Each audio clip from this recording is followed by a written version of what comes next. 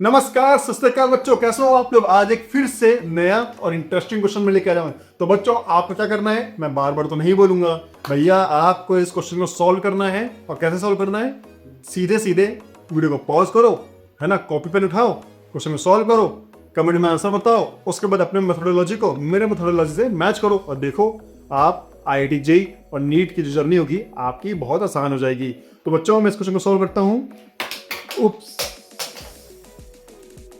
कोई नहीं बच्चों, गिर गया पर कोई नहीं।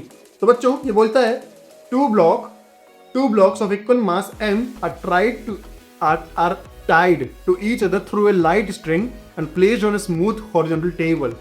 One of the block is pulled along the line joining them with a constant force F. Find the tension in the string joining the block. अच्छा जी, चलो एक स्मूथ हॉरिजॉन्टल टेबल, तो हम वही करेंगे बच्चों, डायग्राम बनाएंगे। स्मूथ हॉरिजॉन्टल टेबल है, ठीक है, और दो ब्लॉक रखे हुए इसके ऊपर।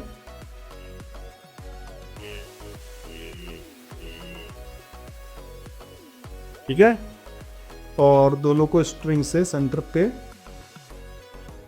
टाई कर दिया गया है, बांध दिया गया। और उसके बाद एक फोर्स लगाया गया है जो कि सेंटर से लग रहा है। सेंटर से इसलिए लगा रहे हैं सो दैट किसी भी तरह का मोमेंट या टॉर्क क्रिएट ना हो, अदरवाइज ब्लॉक टॉपल कर जाएंगे। इसलिए सेंटर से लगा रहे हैं सो दैट ब्लॉक में किसी भी तरह का मूवमेंट ना बिगड़े, ठीक है ना, मूवमेंट ना पैदा हो। तो चलो वो मूवमेंट वाला आप नेक्स्ट चैप्टर में पढ़ोगे, जब मैं सर्कुलर मोशन में सब पढ़ाऊंगा तो आप उसका अच्छे से उसका मूवमेंट और टॉर्क के बारे में आप अच्छे से उसे पढ़ोगे। लेकिन चलिए ठीक है, यहाँ पे कोर्स लग रहा है और दोनों स्ट्रिंग है, ठीक है बच्चों, और ये ब्लॉक है M, ये भी ब्लॉक है M, और ये फ्रिक्शनलेस है, ठीक है, लिखा हुआ है ना फ्रिक्शनलेस। पढ़ लेता हूँ, स्मूथ लिखा हुआ है, अगर स्मूथ लिखा हुआ है तब भी हम इसको फ्रिक्शनलेस मानेंगे, ठीक है। चलो ठीक है, ये फ्रिक्शनलेस है। अब इसके बाद हमें क्या करना है, find the tension in the string joining the block निकालना है। तो बच्चों अगर ये फोर्स लगा, ठीक है ना, और क्वासी स्टैटिक फोर्स है, तो किसी भी तरह का दूसरे ब्लॉक में या स्ट्रिंग जो भी होगी कभी लूज नहीं होगी। तो स्ट्रिंग में हमेशा टेंशन T बनेगा, ठीक है बच्चों, टेंशन T बनेगा।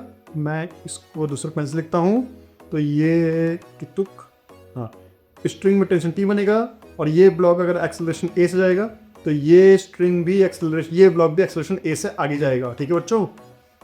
तो बस हमें इस पर ये होगा कि भैया दोनों ब्लॉक पे एक्सेलरेशन A लगेगा। अब बोल रहा है टेंशन निकालना है, ठीक है बच्चों, टेंशन निकालना है।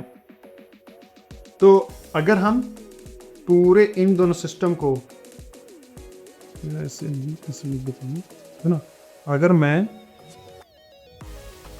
इसको अगर सिस्टम मानता हूं, है ना बच्चों, तो भैया तो जो टेंशन होगा वो एक इंटरनल फोर्स हो जाएगा, और इंटरनल फोर्स की निकालना है तो मैं इसको सिस्टम नहीं मान सकता। तो भैया सिस्टम किसको मानना पड़ेगा, सिस्टम मुझे किसी एक ब्लॉक को मानना पड़ेगा। तो भैया चलो इसको मान लेता हूं मैं, क्योंकि इस पर एक्सटर्नल फोर्स भी लग रहा है, ठीक है। चलो क्या करना है, अगर इसका सिस्टम मान लिए हैं तो सबसे पहले हम क्या करेंगे, इस पे हम इसका फ्री बॉडी डायग्राम बनाएंगे। तो चलो बच्चों देखते हैं फ्री बॉडी डायग्राम कैसे दिखता है। फ्री बॉडी डायग्राम में M है, ये है ना, ओ, तो यहाँ पे mg लगेगा सेंटर से डाउनवर्ड, और उसके बाद टेबल नॉर्मल डायरेक्शन फोर्स ऊपर जाएगा, और यहाँ पे एक टेंशन T इधर आएगा, ठीक है बच्चों। और जो कि ब्लॉक पे एक एक्सेलरेशन A है, तो ये ब्लॉक आगे की तरफ मूव करेगा फोर्स F की तरह। तो चलो ठीक है, हमें पता है N इक्वल टू mg हो जाएगा वर्टिकल डायरेक्शन में, और हॉरिजॉन्टल डायरेक्शन में F माइनस T, ठीक है, क्योंकि F डी कर रहा है, इसको हम डायरेक्टली मास इंटू एक्सेलरेशन से ले सकते हैं, या फिर ये तरीका है क्योंकि मैं ऐसे भी लिख सकता हूँ कि ये यहाँ पे F बड़ा है T से, तो ये F माइनस T, क्योंकि एक्सेलरेशन F की तरह है इसलिए F बड़ा है, तो F माइनस T और मास एक्सेलरेशन लिख सकते हैं। लेकिन अगर नहीं करना है आप लोगों को तो आप ऐसे भी लिख सकते हो, F पॉजिटिव डायरेक्शन में है x के, ठीक है, T नेगेटिव डायरेक्शन में है, और एक्सेलरेशन A, ठीक है बच्चों, एक्सेलरेशन A किस डायरेक्शन में है, पॉजिटिव डायरेक्शन में है। सो हम equal to mass into acceleration है पॉजिटिव डायरेक्शन कर लेंगे। तो ऐसे भी कर सकते हैं, ठीक है। तो चलो f minus T equal to m a आ गया। अब यहाँ से f minus M a equal to T हो जाएगा, ठीक है बच्चों। और यहाँ पे मास इंटू एक्सेलरेशन, बट अब एक्सेलरेशन कितना है ये पता है आपको? एक्सेलरेशन की वैल्यू नहीं पता है, तो हमें सबसे पहले तो एक्सेलरेशन भी निकालना पड़ेगा, है ना। तभी तो यहाँ से f माइनस एम बाई एक N F minus M A करेंगे। तो एक्सेलरेशन निकालने के लिए भैया, क्योंकि दोनों ही सेम एक्सेलरेशन से हैं, है ना, ये ब्लॉक एम भी सेम एक्सेलरेशन पे है, ये ब्लॉक सेम एक्सेलरेशन पे है, तो दोनों को हम एक सिस्टम मान सकते हैं, ठीक है। तो जैसे ही हमने इसको एक सिस्टम मान लिया, इसको हमने सिस्टम मान लेता हूँ मैं, इस बार तो सिस्टम मान लेता हूँ। तो यहाँ से हमें पता है बच्चों थीटा कॉर्ड डायग्राम बनाएंगे, ठीक है। इस सिस्टम का एक्सेलरेशन a है और इस पे फोर्स लग रहा है कैप, ठीक है बच्चों। और यहाँ पे मास है m और यहाँ पे मास है n।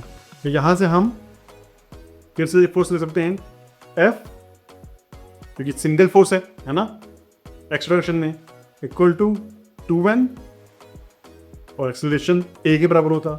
यहाँ से acceleration a F upon 2m आ जाएगा। अच्छा जी, अगर एक्सेलरेशन F अपॉन 2m आ गया तो हम इसको एक बार टेंशन T में प्लेस कर देंगे। यहाँ से हम F माइनस मास एक्सेलरेशन की वैल्यू क्या है F अपॉन 2m हो जाएगा।